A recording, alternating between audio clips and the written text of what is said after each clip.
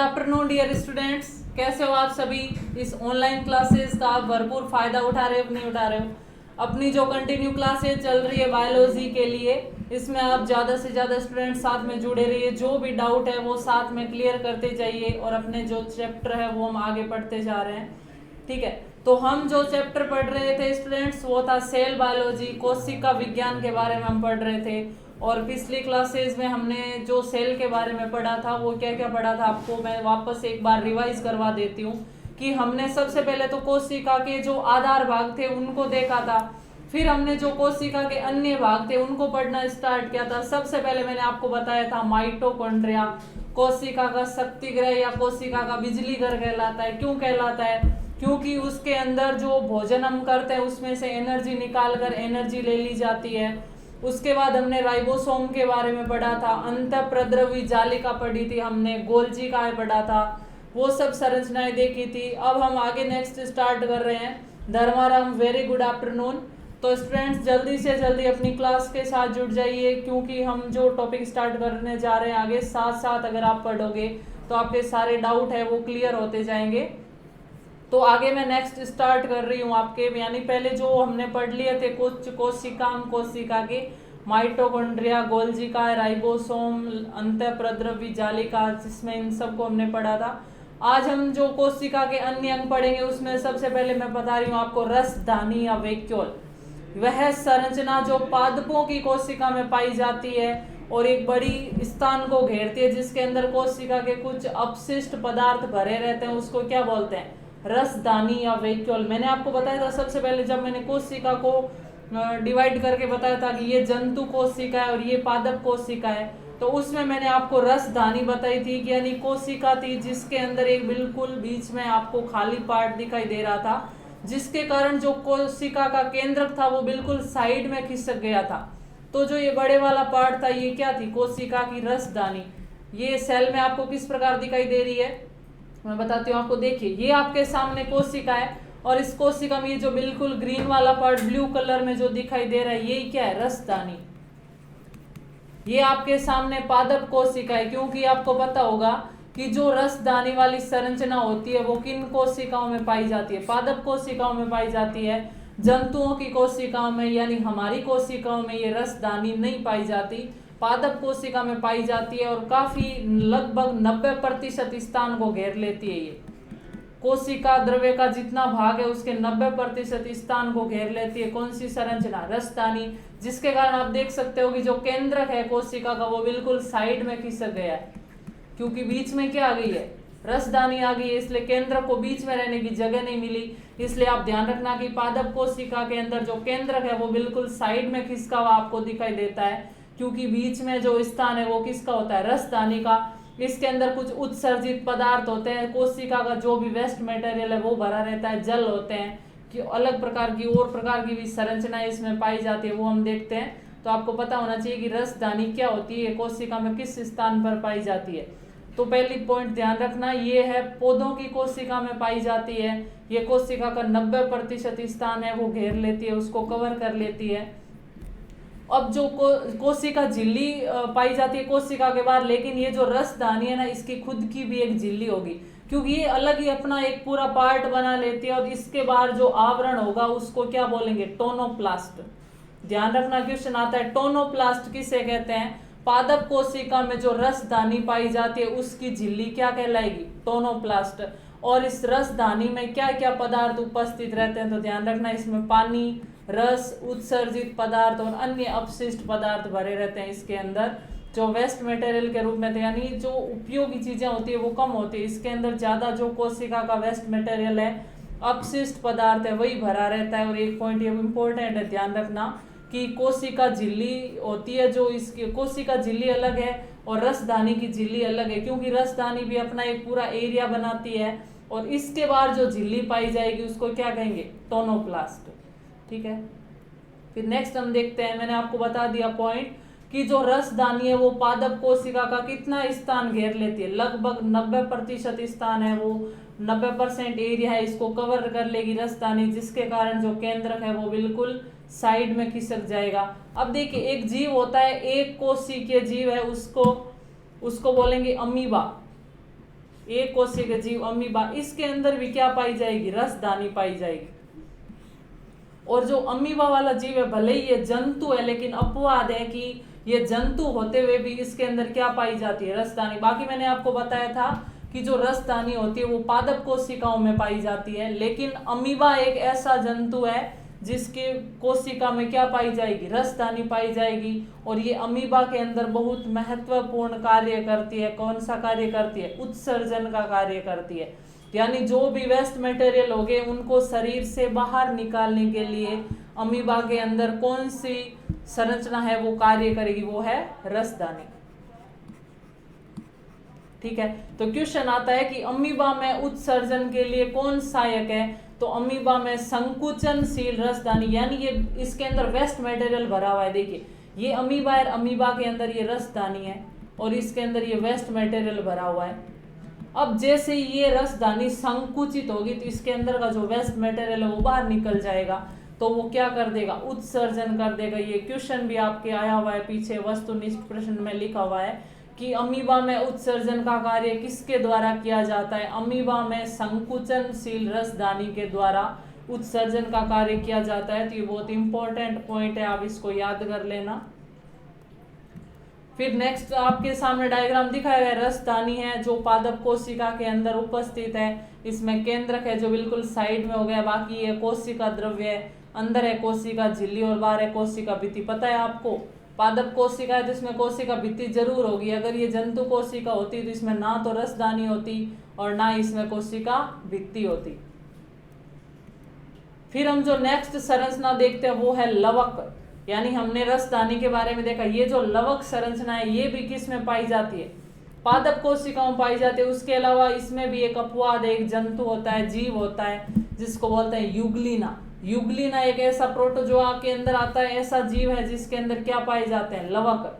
मैंने आपको पहले भी बता दिया था जब हमने टेबल पढ़ी थी, जंतु कोशिका और पादप कोशिका में अंतर पढ़ा था, उस टाइम एक पॉइंट आया था कि लवक है वो पादप कोशिका में पाए जाते हैं, जंतु कोशिका में नहीं पाए जाते हैं। तो उस टाइम मैंने आपको 3 प्रकार के लवक बताए थे।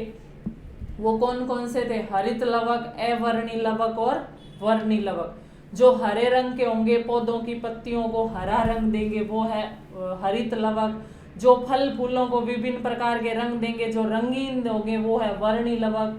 और ऐसे लवक जिनमें कोई कलर नहीं होता वो होता है अवर्णी लवक। अब जब अवर्णी लवक है वो कोई रंग नहीं दे सकते तो वो क्या करेंगे, भोज्य पदार्थों का संग्रह करेंगे। वो आपने पूरा मैंने आपको पिछली क्लास में पढ़ाया था, अगर आपको स्टूडेंट्स याद हो तो लवक के बारे में मैंने बताया था, लेकिन एक बार वापस मैं आपको बता दूंगी कि जो लवक, सबसे पहले पॉइंट ध्यान रखना, लवक है वो मुख्य रूप से किस में पाए जाते हैं, पादप कोशिका में पाए जाते हैं, जंतु कोशिका में नहीं पाए जाते। लेकिन एकमात्र एक अपवाद है युगलिना जिसके अंदर पाए जाते हैं लवक। तो इसके कारण इसको क्या फायदा होगा, मैंने आपको बताया था लवकों में एक प्रकार है हरित लवक, और हरित लवक पौधों में होता है। इसके कारण पौधे क्या करेंगे, प्रकाश संश्लेषण की अभिक्रिया करेंगे, यानी वो भोजन का निर्माण कर लेंगे सूर्य की प्रकाश की उपस्थिति में। अब युगलिना ऐसा जीव है, उसके अंदर भी क्या होगा, हरित लवक होगा, तो वो भी क्या करेगा, सूर्य के प्रकाश की उपस्थिति में अपना भोजन बना लेगा और ये क्या बन जाएगा, स्वपोषी। ऐसे जीव जिनके शरीर में अपने आप भोजन बन जाता है, उसको किसी दूसरे पर निर्भर नहीं रहना पड़ता, उसको क्या कहा जाता है, स्वपोषी। बाकी जो हम जीव जंतु है ना, हम परपोषी है, क्योंकि हम भोजन के लिए किस पर निर्भर रहते हैं, पौधों पर निर्भर रहते हैं। हमारे शरीर में अपने आप भोजन नहीं बन सकता, हम चाहे कितनी देर सूर्य के प्रकाश में बैठे रहे, हमारे अंदर प्रकाश संश्लेषण नहीं हो सकता और भोजन का निर्माण भी नहीं हो सकता। क्यों नहीं हो सकता, क्योंकि हमारे अंदर क्या नहीं है, लवक नहीं है, और लवक में भी हरित लवक नहीं है। लेकिन युगलिना एक ऐसा जीव है जिसके शरीर में लवक पाए जाएंगे और उसके कारण वो प्रकाश संश्लेषण करके अपना भोजन स्वयं बनाता है, उसको किसी दूसरे जीव पर डिपेंड नहीं रहना पड़ता। इसी के कारण युगलिना को क्या कहा जाता है, स्वपोषी। अब जो लवक है उसको मैंने आपको पिछली क्लास में बताया था कि जो लवक है उनको 3 भागों में बांटा गया है। देखिए सबसे पहले मैंने आपको बताया था हरित लवक। ये आपके सामने जो डायग्राम है वो किसका है, ये डायग्राम है आपके सामने हरित लवक का। ऐसे लवक जो हरे रंग के होते हैं उनको क्या कहा जाता है, हरित लवक। मैंने हरित लवक आपको अन्य कोशिकांग में पढ़ लिए थे, हमने बताया हरित लवक में 2 झिल्लियां पाई जाती है, एक तो बाहरी झिल्ली और एक आंतरिक झिल्ली। एक क्वेश्चन पूछती हूँ स्टूडेंट्स में आपको, जो मैंने आपको पिछली क्लास में बताया था, हरित लवक के अलावा कोशिका का ऐसा कौन सा कोशिकांग है जिसमें 2 झिल्लियां पाई जाती है। हरित लवक में 2 झिल्लियां होती है, ये है बाहरी झिल्ली और ये है आंतरिक झिल्ली। तो बताइए हरित लवक के अलावा ऐसा और कौन सा कोशिकांग है जिसमें 2 झिल्लियां पाई जाती है, बाहरी और आंतरिक। जल्दी आंसर दीजिए मेरे क्वेश्चन का कि हरित लवक के अलावा ऐसी कौन सा कोशिकांग है जिसकी कोशिका में 2 झिल्लियां पाई जाएगी, बाहरी और आंतरिक। अगर आपको पिछली क्लास वाला याद है या आप साथ साथ पढ़ते हो, रिवीजन करते हो, तो आपको ये आंसर जरूर आना चाहिए। हरित लवक के अलावा ऐसा कौन सा कोशिकांग है जिसमें 2 झिल्लियां पाई जाती है, आंसर दीजिए आप जल्दी। उसके बाद हरित लवक में ये जो चट्टे के जैसी संरचना होती है, इसको क्या बोलेंगे, थैलेकोइड। थैलेकोइड। और इस थैलेकोइड के जो पूरा एक चट्टा बनकर एक संरचना बन रही है, उसको क्या बोलेंगे, ग्रेना। बताया था मैंने आपको हरित लवक जब पहले समझाया था कि अगर एक सिक्के की बात करोगे तो एक सिक्का है थैलेकोइड और पूरे सिक्कों का ढेर क्या कहलाता है, ग्रेना, या इसको ग्रेनम बोलते हैं। ठीक है, तो ये आपके सामने हरित लवक की संरचना है। हरित लवक का रंग कैसा होता है, हरा, यानी ये पौधे के जिस भी भाग में उपस्थित रहेगा उसको कौन सा रंग दे देगा, उसको हरा रंग दे देगा।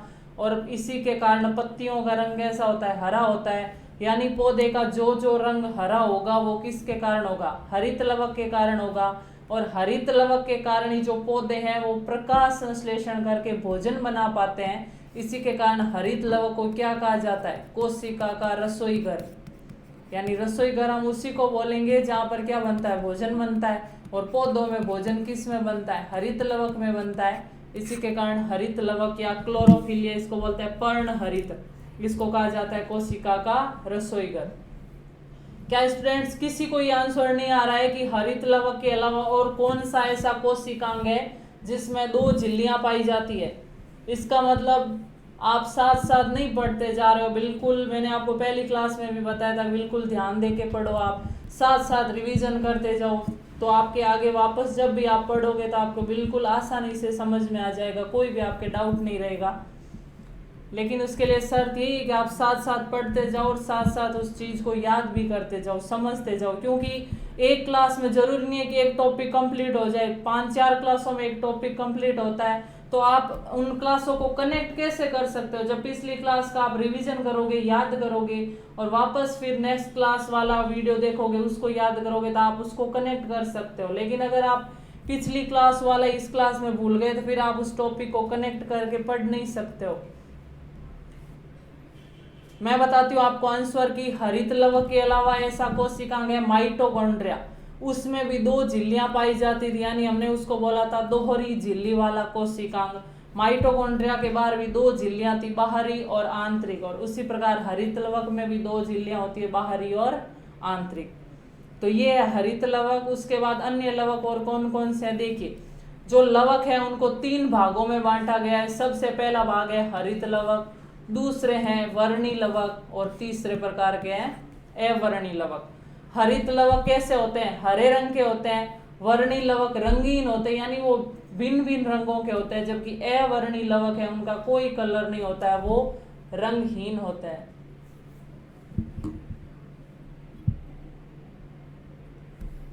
धर्माराम मैम आपको अदर चैप्टर से क्वेश्चन पूछ सकते हैं क्या, पूछ सकते हो बिल्कुल। लेकिन आप क्या है कि जो जो टॉपिक साथ में पढ़ते जाओगे, अगर आपके पहले से उस टॉपिक के कोई डाउट है तो आप बिल्कुल जरूर पूछ सकते हो। अगर आप साथ में कोई दूसरा टॉपिक पढ़ रहे हो, कोई डाउट है तो आप पूछ सकते हो बिल्कुल। लेकिन अभी अगर जैसे आप कोशिका वाला चैप्टर पढ़ रहे हो, आप उससे आगे एक्स्ट्रा पढ़ रहे हो, या आपने कोई अदर बुक से और कुछ आपके प्रॉब्लम है कोशिका से संबंधित, तो आप कमेंट करके पूछ सकते हो। Radhika Sikwal very good afternoon. Radhika Sikwal आपने माइटोकॉन्ड्रिया आंसर दिया था, धर्माराम ने भी माइटोकॉन्ड्रिया आंसर दिया था, वेरी नाइस। ठीक है, तो ये जो लवक है ये 3 प्रकार के हैं, हरित लवक, वर्णी लवक और अवर्णी लवक। तो ध्यान रखना जो हरित लवक है वो हरे रंग के होंगे, वर्णी लवक है वो रंगीन होंगे, और अवर्णी लवक है वो रंगहीन होंगे। रंगहीन का मतलब है इनका कोई कलर नहीं होगा, कलरलेस, कोई रंग नहीं। जबकि वर्णी लवक है वो रंगीन होंगे। अब देखिए जो हरित लवक है वो हरा रंग का है, मतलब वो काम क्या करेगा, जो प्लांट्स के पार्ट्स हैं उनको क्या करेगा, हरा रंग देगा। मैंने इसके अलावा बता दिया हरा रंग है तो हरित लवक का सबसे इंपॉर्टेंट काम है प्रकाश संश्लेषण करवाता है ये पौधों में, यानी जैसे ही पौधों की पत्तियों पर सूर्य का प्रकाश गिरेगा तो उस पत्ती के अंदर हरित लवक है वो सूर्य के प्रकाश से क्या बना देगा, भोजन बना देगा ग्लूकोज के रूप में। ध्यान रखना पौधों में जो भोजन बनता है वो ग्लूकोज के रूप में बनता है, और भोजन बन रहा है इसी के कारण हरित लवक को कहेंगे कोशिका का रसोई घर। फिर दूसरे लवक है वर्णी लवक। वर्णी लवक का मतलब है रंगीन, अलग अलग रंग के। तो ऐसा तो है नहीं कि पौधे के सारे पार्ट हरे होंगे, जो पौधे की पत्तियां होती है, तने होते हैं, वो होते हैं हरे रंग के, उनको रंग दे देगा हरित लवक। लेकिन आपको पता होगा कि जो फल फूल है वो अलग अलग रंगों के होते हैं, कोई लाल होता है, पीला होता है, सफेद, बैंगनी, फूल भी अलग अलग रंग के, फल भी अलग अलग रंग के होते हैं, तो उनको रंग देने का काम कौन करता है, वर्णी लवक।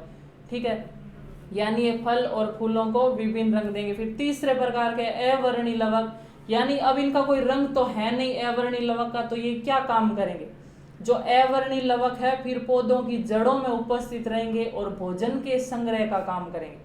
क्योंकि रंग तो दे नहीं सकते, खुद का ही कोई रंग नहीं है, तो फिर ये रंग कैसे देंगे, तो ये क्या करेंगे, जो पौधे की जड़ें होती है, जो मूल होती है, उनके अंदर उपस्थित रहेंगे और वहां पर भोजन को संग्रहित करने का काम करेंगे।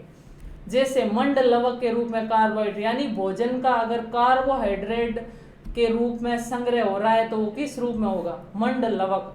यानी मंड लवक है मतलब वो किसका संग्रह किया हुआ है, कार्बोहाइड्रेट का। उसी प्रकार अगर तेल लवक है तो वो किसका संग्रह किया हुआ है, वसा का। और अगर प्रोटीन लवक है तो वो किसका संग्रह किया हुआ है, प्रोटीन का। क्वेश्चन आता है कि देखिए जो सेकंड और थर्ड है, जैसे तेल लवक और प्रोटीन लवक, इसमें तो आपको स्पष्ट पता चल रहा है कि हाँ तेल लवक है तो तेल या वसा का संग्रह करेगा, प्रोटीन है तो प्रोटीन का संग्रह करेगा। लेकिन चेंज नाम जो कौन सा आ गया, मंड लवक। क्वेश्चन आता है कि अवर्णी लवक मंड लवक के रूप में किस पोषक पदार्थ का संग्रह करते हैं, तो आपको ध्यान रखना चाहिए मंड लवक है कार्बोहाइड्रेट। मंड बोला जाता है स्टार्च को, और स्टार्च किसका उदाहरण है, कार्बोहाइड्रेट। ये एक शर्करा होती है, स्टार्च या मंड कहा जाता है। तो जो पौधों के अंदर जब कार्बोहाइड्रेट संचित होता है तो वो किस रूप में होता है, मंड लवक के रूप में होता है। तो स्टूडेंट्स ये आपको ये टेबल समझ में आई, आप इसका स्क्रीनशॉट ले सकते हो, ध्यान से पढ़ना है आपको। पूरा तीनों डिवाइड करके बताया हुआ है, लवक कितने प्रकार के, 3 प्रकार के, और ये पौधों की कोशिकाओं में पाए जाते हैं, हमारी कोशिका में, जंतुओं की कोशिका में ये नहीं पाए जाते हैं। ठीक है, आपकी बुक्स में जो हरित लवक है और वर्णी लवक है इनको साथ मिला के नाम दिया हुआ है क्रोमोप्लास्ट। क्रोमोप्लास्ट, इसमें बताया गया है कि क्रोमोप्लास्ट में वो लवक जो हरे रंग के होते हैं वो हरित लवक या क्लोरोफिल या पर्ण हरित कहलाते हैं, और जो विभिन्न रंगों के होते हैं वो वर्णी लवक कहलाते हैं। ऐसा लाइन लिखी हुई है। फिर आप जो अवर्णी लवक है उनको बोला गया है ल्यूकोप्लास्ट, और उसमें लाइन लिखी हुई है कि जो ल्यूकोप्लास्ट वाले लवक होते हैं उनका कोई रंग नहीं होता है, वो रंगहीन होते हैं, और ये पौधों में भोजन संचय का काम करते हैं। तो ध्यान रखना, आप वापस बुक वाली लाइन पढ़ लेना। इसमें जो तीनों लवक है ना, इनको 2 पार्ट्स में डिवाइड किया गया है, क्रोमोप्लास्ट और ल्यूकोप्लास्ट। फिर क्रोमोप्लास्ट को वापस 2 भागों में बांटा गया, हरित लवक या क्लोरोफिल और वर्णी लवक, और ल्यूकोप्लास्ट है अवर्णी लवक जो रंगहीन होते हैं और भोजन के संग्रह का काम करते हैं। नेक्स्ट देखिए आपके सामने संरचना आई है पक्षमाप व कशाभिका। पक्षमाप को इंग्लिश में बोलते हैं सीलिया, और कशाभिका को बोलते हैं फ्लैजिला। देखिए ये जो संरचनाएं होती है ना, राधिका सिकवाल क्लियर हो गया, ओके। ये जो संरचनाएं होती है वो कोशिका की और कोशिका के आसपास के द्रव्य की गति करवाने में सहायक होती है। अब देखिए कैसे, जैसे मान लो मैं आपको एग्जांपल बता रही हूं कि जो ये आपकी आहार नाल है, इस आहार नाल के अंदर ये भोजन का जो भाग है वो आगे जा रहा है। मान लो अगर ये भोजन को यहाँ सहारा देने के लिए कोई पदार्थ नहीं हुआ तो ये बीच में फंस सकता है। तो हमारी आहार नाल में यहाँ पर कुछ रोम के जैसी संरचना पाई जाती है, उनको क्या बोला जाता है? सीलिया। ये सीलिया वाली संरचनाएं क्या करेगी कि ये जो भोजन वाला पार्ट है इसको आगे प्रसार करने के लिए काम करेगी। अब देखिए, अगर ये आगे नहीं भेजेगी तो ये भोजन बीच में फंस सकता है, तो ये क्या करेगी? इसको आगे धकेलेगी। ये सीलिया हो गया। अब हम देखते हैं कि जो कोशिकाओं के अंदर ये जो दोनों संरचनाएं होती है वो किस प्रकार की होती है। तो मैं आपको बताती हूँ। मान लो ये कोई पदार्थ है, इसके अंदर कुछ मटेरियल भरा हुआ है, कोई पदार्थ, लिक्विड पदार्थ, और इसके अंदर क्या उपस्थित है? कोशिका। ये कोशिका उपस्थित है, इसके पास में ये जो द्रव पदार्थ भरा हुआ है। अब देखो, ये जो पक्षमाभ है ना, ये कोशिका पर रोम के जैसी छोटी छोटी संरचना होगी। ये क्या करेंगे? ये इधर उधर मुड़ेंगे, जिससे ये जो द्रव्य है ना ये गति करेगा। ठीक है। फिर जो दूसरी संरचना है ना, ये बिल्कुल इसके पैर जैसी होगी, टायर के जैसी। इसको क्या बोलेंगे? फ्लेजिला या कसाबिका। ध्यान रखना, जो सीलिया या पक्षमाभ होते हैं वो आकार में छोटे होते हैं, रोम के जैसी संरचना होती है। देखिए, कोशिका के बाहर आपको रोम के जैसी छोटी छोटी संरचना दिख रही है, वो क्या होंगे? पक्षमाभ या सीलिया। और बिल्कुल ऐसे पैर लगे हुए जैसी बड़े बड़े तंतु जैसी जो संरचनाएं दिखेगी वो क्या होगी? कसाबिका। दोनों में अंतर क्या है? दोनों ही काम करेंगे गति करवाने का, लेकिन जो सीलिया है वो तो कोशिका के द्रव्य की गति करवाएगा, जबकि जो कसाबिका या फ्लेजिला है वो कोशिका की स्वयं की गति करवाएगा। जैसे आपने देखा होगा कि जो नाव के अंदर व्यक्ति बैठा हुआ है तो उसके पास वो चप्पू होता है, जो वो क्या काम में लेगा? ताकि नाव आगे चलती रही तो जो पानी है वो पीछे जाता रहे। तो उस पानी को पीछे भेजने के लिए जो चप्पू जैसे काम करता है ना, वैसे ही काम कौन करेंगे? सीलिया या पक्षमाभ करेंगे। यानी कोशिका को अगर किसी द्रव के अंदर गति करनी है तो उस द्रव को पीछे की ओर भेजने का चप्पू की तरह काम कौन करता है? सीलिया या पक्षमाभ करता है। ठीक है। और यदि कोशिका को खुद को आगे चलाना है तो कौन गति करेगा? कसाबिका या फ्लेजिला। ये जो सीलिया होता है वो रोम के समान संरचना होती है, और ये दोनों संरचनाएं किस भाग पर पाई जाती है? कोशिका झिल्ली पर। ध्यान रखना, ये जंतु कोशिका में भी पाई जाती है। ठीक है। कोशिका झिल्ली पर ये संरचनाएं पाई जाती है। जो हमारे शरीर में कोशिकाएं गति करती है ना, तो ये गति करवाने के लिए यही वाले पार्ट होते हैं। जैसे गाड़ी के अंदर पहिए होते हैं, तो गाड़ी के पहिए हैं, उसी प्रकार कोशिका के पहिए क्या है? सीलिया और फ्लेजिला, यानी पक्षमाभ और कसाबिका। इनकी संरचना कैसी होती है मैं वापस आपको आगे बताती हूँ। देखिए, आपके सामने दो डायग्राम दिखाई दे रहे हैं, दोनों ही सेल के। एक के अंदर आपको सीलिया यानी पक्षमाभ की संरचना दिखाई, कसाब की संरचना दिखाई दे रही, एक में आपको फ्लेजिला या कसाब की संरचना दिखाई दे रही। जो अभी मैंने आपको नाम बताया आपके सामने देखिए, सीलिया और फ्लेजिला यानी पक्षमाभ व कसाबिका।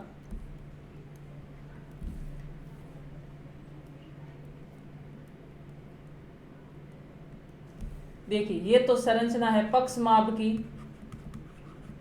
और ये संरचना है कसाबिका। मैंने आपको बताया ना कि जो सीलिया होते हैं वो संख्या में ज्यादा हो सकते हैं, लेकिन जो सीलिया संरचना में संख्या में ज्यादा होते हैं, लेकिन इनका आकार क्या होता है? छोटा। बिल्कुल देखिए, आपको कोशिका के ऊपर रोम के जैसी संरचना दिखाई दे रही है, इसको हम क्या बोलेंगे? सीलिया या पक्षमाभ। और दूसरी तरफ आपको बिल्कुल ऐसे धागे के जैसी लंबी लंबी संरचना दिखाई दे रही, वो क्या है? फ्लेजिला या कसाबिका।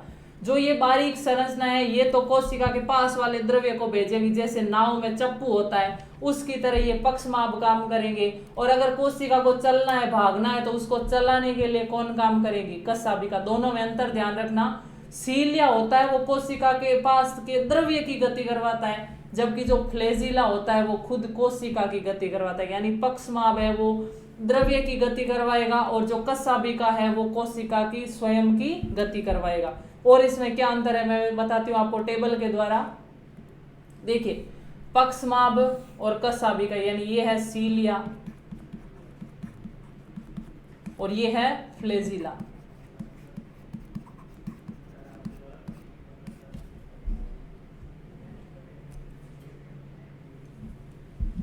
देखिए, ये मैंने आपको बताया सीलिया होती है वो बिल्कुल, यानी इस प्रकार ये कोशिका है। वापस मैं आपको यहाँ पर बना के बता रही हूँ, ये कोशिका है, कोशिका में ये केंद्रक है, और ये बार क्या है, कोशिका झिल्ली। तो कोशिका झिल्ली के ऊपर सीलिया किस प्रकार पाए जाएंगे, देखिए इस प्रकार रोम के जैसी संरचना होगी, वो क्या होगी, सीलिया। ये क्या करेगी, कोशिका के आसपास के द्रव्य की गति करवाएगी। जैसे नाव के अंदर चप्पू होता है, वो पानी को पीछे की ओर धकेलता है, उसी प्रकार सीलिया जो द्रव्य है इसको पीछे धकेलेगा तो कोशिका क्या है, आगे जाएगी। तो सीलिया है वो रोम के समान छोटी संरचना होती है, लिखा हुआ है आपके राम ने, रोम के समान छोटी संरचना। इसका कार्य क्या है, कोशिका के चारों तरफ मिलने वाले द्रव्य की गति करवाना। दोनों में अंतर ध्यान रखना, कशाभिका तो कोशिका की गति करवाएगा और सीलिया है वो कोशिका के चारों तरफ मिलने वाले द्रव्य की गति करवाएगा। ये छोटी संरचना होती है, जबकि जो फ्लैजिला होगी वो बड़ी संरचना होगी।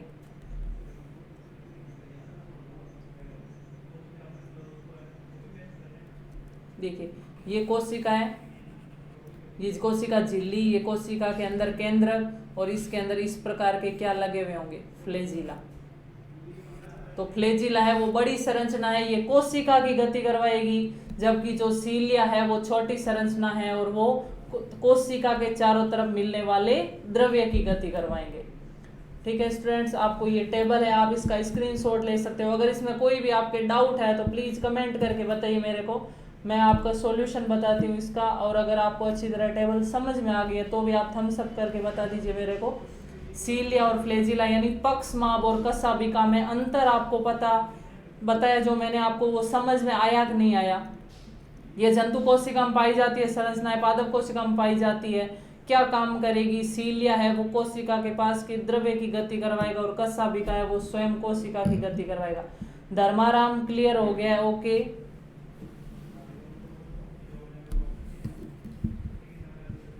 अगर इससे संबंधित कोई भी डाउट है तो बताइए आप।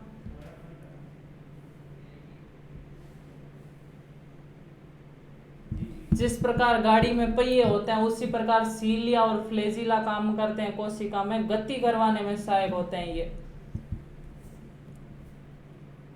और इनका आप डायग्राम के द्वारा भी, डायग्राम का भी आप फोटो ले सकते हो, स्क्रीनशॉट ले सकते हो कि जो छोटी रोम के जैसी संरचना है वो है आपके पक्षमाप और बड़ी जो धागे के जैसी आपको संरचना दिखाई दे रही है वो क्या है, आपके कशाभिका। देखिए जो कोशिका वाला चैप्टर है वो बहुत ज़्यादा इम्पोर्टेंट है आपके आगे के, अगर आप देखोगे अपने फ्यूचर के बारे में, जो एग्जाम आप कंपटीशन तैयारी करोगे उसके लिए भी, आपके नीट के लिए बहुत ज़्यादा इम्पोर्टेंट टॉपिक है। कल आपके नीट के पेपर में भी इसमें से आपकी बुक्स में से एज इट इज लाइन आई हुई है, वो मैं आपके नेक्स्ट क्लास में आपके डिस्कस करूंगी कि कौन कौन सी लाइनें आपके इस नीट के एग्जाम में सीधे क्वेश्चन बन के आ गई। तब आपको पता चलेगा कि हाँ जो हम पढ़ रहे हैं, अगर अभी से आप अपना बेस है जो मजबूत कर लोगे तो आपको आगे बहुत आसानी होगी पढ़ने में। राधिका सिकवाल क्लियर है, ओके।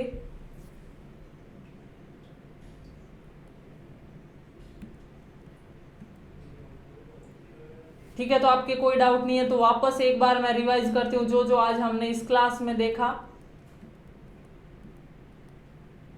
यानी हमने कोशिका के अन्य कोशिकांग में सबसे पहले हमने पढ़ लिए थे पिछली क्लास में माइटोकॉन्ड्रिया, राइबोसोम, गोल्जी काय, अंतःप्रद्रवी जालिका, हरित लवक, इन सबको हमने पढ़ा था। अब आज जो मैंने कोशिकांग पढ़े उनमें सबसे पहले थी रसदानी, ऐसी संरचना जो पौधों की कोशिकाओं में पाई जाती है। लगभग कोशिका का 90% स्थान है वो कवर कर लेती है, जिसके कारण पादप कोशिका में जो केंद्रक है वो थोड़ा सा साइड में खिसक जाता है। ठीक है, उसके बाद जो रसदानी होती है उसके अंदर कोशिका का मुख्य रूप से अपशिष्ट पदार्थ यानी वेस्ट मटेरियल इसमें भरा रहता है। और जो रसदानी होती है वो एक जीव होता है अमीबा, उसके अंदर ये उत्सर्जन का काम भी करती है। एक पॉइंट ये भी ध्यान रखना कि जो रसदानी की झिल्ली होती है उसको क्या कहा जाता है, टोनोप्लास्ट कहा जाता है। स्टूडेंट्स आप अगर साथ साथ नोट्स बना रहे हो तो ठीक है, वरना आप जो ये पॉइंट्स हैं इनका स्क्रीनशॉट भी ले सकते हो। Mahavir Singh clear ma'am, okay. फिर नेक्स्ट देखते हैं जो अपने रसदानी पढ़ी थी उसका डायग्राम भी बताया गया मैंने आपको। पादप कोशिका में लगभग पूरा एरिया है उसका 90% भाग है वो रसदानी के द्वारा घेरा गया। जो बीच में आपको ब्लू कलर में पूरा पार्ट दिखाई दे रहा है वो क्या है, रसदानी या वैक्यूल, जिसके कारण आप देख सकते हो कि जो केंद्रक है, न्यूक्लियस है, वो बिल्कुल साइड में हो गया है। फिर हमने पढ़े थे लवक। लवक होते हैं वो पादप कोशिका में पाए जाते हैं एकमात्र जंतु जिसमें लवक पाए जाते हैं युगलीना, जिसके कारण क्या है, युगलीना पौधों की तरह ही प्रकाश संश्लेषण कर पाता है और इसमें भोजन बना पाता है, जिसके कारण इसको क्या बोला गया है, स्वपोषी। यानी ऐसा जीव जो अपना पोषण स्वयं प्राप्त करता है उसको क्या कहा जाता है, स्वपोषी। तो ध्यान रखना, लवक वाली संरचनाएं मुख्य रूप से पादप कोशिकाओं में पाई जाती है और एकमात्र ऐसा जीव जिसमें पौधों के समान लवक पाए जाते हैं वो अपवाद है, क्या है, युगलीना। इंपॉर्टेंट है, ध्यान रखना, जो अपवाद होते हैं उसी में से क्वेश्चन आते हैं। और फिर हमने लवक को 3 भागों में बांटा गया था, हरित लवक, वर्णी लवक और अवर्णी लवक। हरित लवक इंपॉर्टेंट है इनमें सबसे ज्यादा, क्योंकि ये पौधों में प्रकाश संश्लेषण करके भोजन बनाता है और इसे क्या कहा जाता है, कोशिका का रसोईघर। फिर हमने देखे थे वर्णी लवक होते हैं वो रंगीन होते हैं और अवर्णी लवक होते हैं वो रंगहीन होते हैं। यानी इनका कोई जब कलर नहीं होगा तो कलर देने का काम तो करेंगे नहीं, तो फिर ये क्या करेंगे, जो भोजन का संग्रह है उसका कार्य करेंगे। और इनमें सबसे इंपॉर्टेंट कि कार्बोहाइड्रेट का संग्रह किस रूप में होता है, मंड लवक के रूप में। यानी मंड किसको बोलोगे आप, मंड बोलते हैं स्टार्च को। फिर नेक्स्ट हमने देखी थी पक्षमाभ व कसाभिका, यानी सीलिया और फ्लैजिला।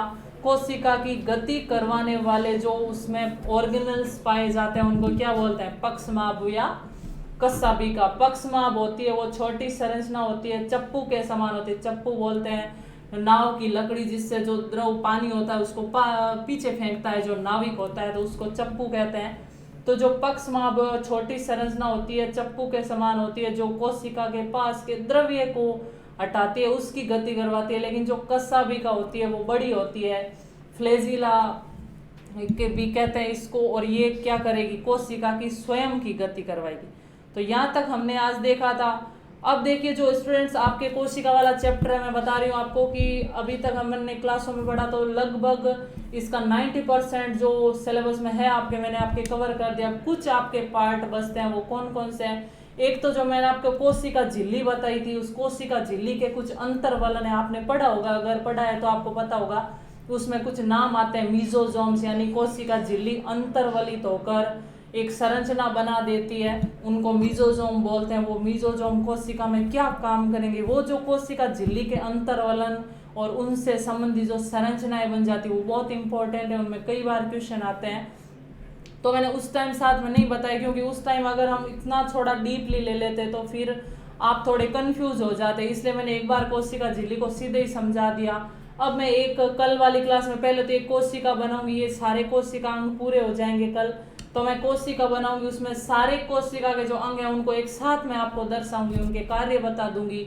और फिर जो अपने कुछ टॉपिक बचते हैं, एक तो प्रोकैरियोटिक कोशिका के अंदर कुछ इस प्रकार की संरचनाएं पाई जाती है जिसमें ग्राम पॉजिटिव, ग्राम नेगेटिव इस प्रकार के नाम आते हैं। और एक जो कोशिका झिल्ली के अंतर्वलन है वो वाले आपके टॉपिक बच जाते हैं। उसके अलावा आपके लास्ट में एक नाम आता है माइक्रोबॉडीज। माइक्रोबॉडीज क्या होती है, माइक्रोबॉडीज की कुछ कोशिकाओं के अंदर कुछ छोटी छोटी संरचनाएं पड़ी रहती है जो उत्सर्जन अवशोषण का काम करती है। जैसे ये कोशिका है तो इसमें कुछ छोटे छोटे कण पड़े रहते हैं, उनको क्या बोलते हैं, माइक्रोबॉडीज। इसमें ज्यादा कोई इंपॉर्टेंट याद करने वाला पॉइंट नहीं है, इसलिए आप ध्यान रख लेना कि कोशिकाओं के अंदर माइक्रोबॉडीज पाई जाती है जो कुछ उत्सर्जन अवशोषण का काम भी करती है, बिल्कुल बारीक संरचनाएं होती है। तो नेक्स्ट क्लास में स्टूडेंट जो आपके कुछ कोशिकांग 1-2 बच के हैं वो मैं पढ़ाऊंगी, जो कोशिका झिल्ली के अंतर्वलन है वो पढ़ाऊंगी, और कुछ प्रोकैरियोटिक कोशिका के इंपॉर्टेंट पॉइंट है जो कई बार एग्जाम में पूछे जाते हैं आपके वस्तुनिष्ठ प्रश्न के रूप में, उनको समझाऊंगी। और नेक्स्ट क्लास में हम कोशिका का समापन करेंगे, फिर हम जो नेक्स्ट टॉपिक पढ़ेंगे वो मैं आपको कल बताऊंगी। तो अभी तक आपके कोशिका वाले चैप्टर में आज आपका होमवर्क आप यही समझो कि जो अभी तक मैंने आपको कोशिका वाला पढ़ाया वो आप पूरा देख लो, पढ़ लो। अगर उसमें कोई भी आपके डाउट है तो कल आप तैयार रखिए, क्लास में जो भी आपके डाउट है आप कमेंट करना, मैं उस कमेंट का आपके सॉल्यूशन कर दूंगी। ठीक है स्टूडेंट्स, और भी आपके अगर कोई डाउट है तो आप पूछ सकते हो। और अगर आपको ये क्लास अच्छी लगी हो तो प्लीज़ थम्स अप करके बता दीजिए। अगर आपको मेरा वीडियो अच्छा लगे, आपको पढ़ाने का तरीका अच्छा लगे, अच्छी लगे क्लास, तो प्लीज़ ज़्यादा से ज़्यादा लाइक और शेयर कीजिए, ताकि आपके जैसे और बहुत सारे स्टूडेंट हैं जो इस ऑनलाइन क्लास का फ़ायदा उठा सके। क्योंकि स्टूडेंट्स को ज़्यादा पता ही नहीं रहता है कि ऑनलाइन क्लासें और हिंदी मीडियम में क्लासें बहुत कम मिलती है। तो अपने साथ वाले स्टूडेंट्स को अपने फ्रेंड्स को, अपने परिवार में मिलने वालों को, सबको इसमें ज़्यादा से ज़्यादा बताइए ताकि ज़्यादा स्टूडेंट्स हमारे साथ जुड़ सके और जो ये हमने डिजिटल प्लेटफॉर्म स्टार्ट किया इसका ज़्यादा से ज़्यादा फ़ायदा उठा सके। और स्टूडेंट्स आपकी कोई भी कमेंट, कोई भी डाउट हो तो प्लीज़ आप मेरे को बताइए।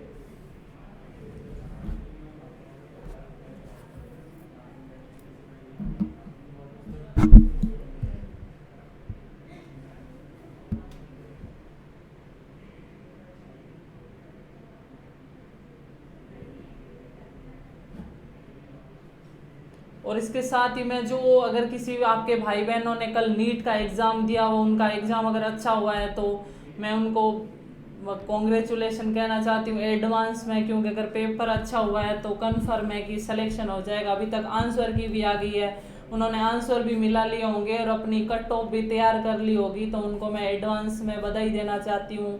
और जो भी स्टूडेंट्स इसकी फिर से तैयारी कर रहे हैं या जो इस प्लेटफॉर्म पे आना चाहते हैं उनको मैं पहले से बेस्ट ऑफ लक बोलना चाहती हूँ। और आप जो भविष्य के डॉक्टर बनेंगे उनको मैं बार बार यही कह रही हूँ कि यही आपकी पहली सीढ़ी है, इसको आप बिल्कुल अच्छी तरह तैयार कर लीजिए तो आगे आपका रास्ता है वो बिल्कुल आसान हो जाएगा। क्योंकि ये जो कोशिका है ना, सेल बायोलॉजी का नीट में एक अलग से टॉपिक है और उसमें लगभग 10-12 नंबर के क्वेश्चन आते हैं आपके। 2-3 क्वेश्चन तो फिक्स है, एक क्वेश्चन आपको पता है 4 नंबर का होता है, तो 2-3 क्वेश्चन फिक्स है। और कल वाले एग्जाम में भी आपके 2-3 क्वेश्चन आए थे सेल बायोलॉजी से, वो मैं आपके कल नेक्स्ट क्लास में जो सेल जब जैसे ही कंप्लीट हो जाएगा तो वो मैं आपको डिस्कस करूंगी वो क्वेश्चन।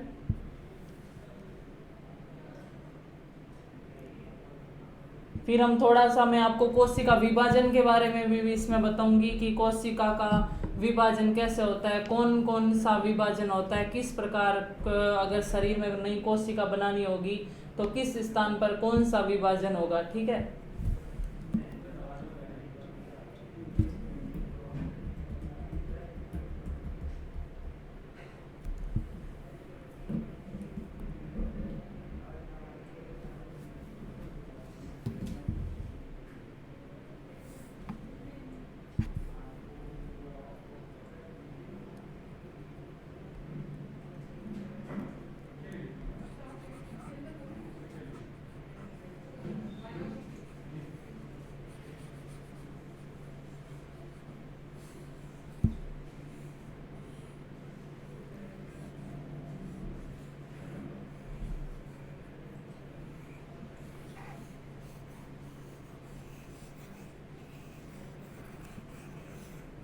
तो स्टूडेंट्स आपके अभी तक की थी ये क्लास। अगर आपको पूरा समझ में आ गया है तो नेक्स्ट क्लास में आपको इन सारे क्वेश्चन जो भी मैं आपको इससे रिलेटेड पूछूंगी आपको नेक्स्ट क्लास में इसके आंसर देने, तभी मेरे को पता चलेगा कि हाँ स्टूडेंट्स को पूरा समझ में आ गया है। जो भी डाउट है अभी तक पूरी कोशिका में आपने अभी तक जो जो पढ़ा, अगर वो आपको कोई भी डाउट है तो प्लीज़ आप जल्दी से जल्दी इसका रिवीजन कीजिए और जो भी डाउट है वो कल नेक्स्ट क्लास में आप तैयार रखना। मैं उस क्लास का आपके जो भी क्वेश्चन होंगे उनका आंसर बताऊंगी, जो भी आपके डाउट होंगे उनका सॉल्यूशन बताऊंगी। लेकिन अब आपका काम होमवर्क यही रहेगा कि जो आपने अभी तक सेल बायोलॉजी को पढ़ा है उसको आप अच्छी तरह पढ़ के उसको समझो, याद करो, कल क्वेश्चन का आंसर देने के लिए तैयार हो। सबसे ये एक कंपटीशन होना चाहिए कि मेरा आंसर सबसे पहले जाए, ऐसा नहीं कि ऐसा मत सोचो कि दूसरे वाला आंसर दे देगा। हमेशा आगे रहने की कोशिश करो, पीछे रहने की कोशिश मत करो। तो आपको हमेशा यही आपकी तैयारी होनी चाहिए। मैं देख रही हूँ 3-4 स्टूडेंट्स हैं जो कंटिन्यू क्लास ले रहे हैं, कंटिन्यू वो आंसर दे रहे हैं। अगर उनका डाउट है तो भी वो बता रहे हैं, प्रॉब्लम है तो भी वो बता रहे हैं, और अगर उनको अच्छी तरह समझ में आ गया तो भी वो मेरे को वापस रेस्पॉन्स दे रहे हैं, जो भी मैं क्वेश्चन पूछती हूँ उनका आंसर दे रहे हैं। तो अगर सभी स्टूडेंट्स इस प्रकार पढ़ेंगे तो उनकी तैयारी सभी की बहुत अच्छी होगी। ठीक है, तो ये थे स्टूडेंट्स आपके अभी तक की क्लास।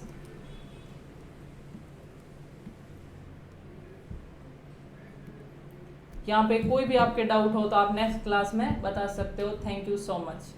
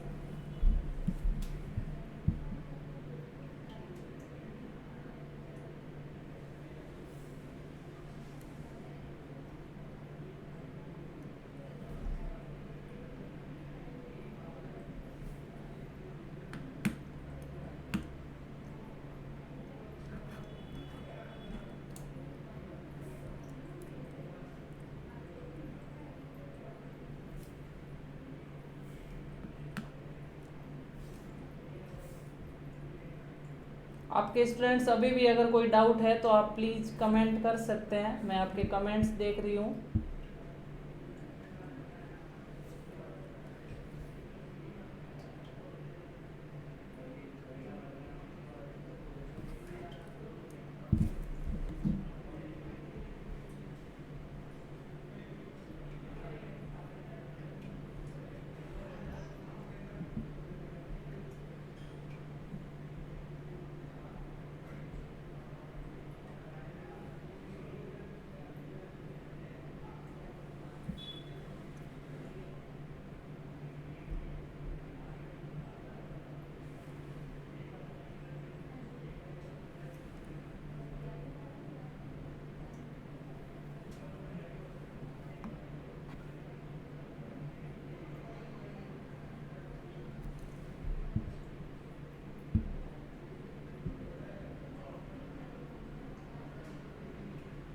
ओके स्टूडेंट्स, तो आपके नेक्स्ट क्लास में मिलते हैं। एक बार वापस से आपको बोल रही हूँ लाइक और शेयर करने के लिए, जो भी डाउट है वो भी आप बताइए, और अगर वीडियो अच्छा लगे तो साथ साथ क्लास में बनती रहिए। Thank you so much.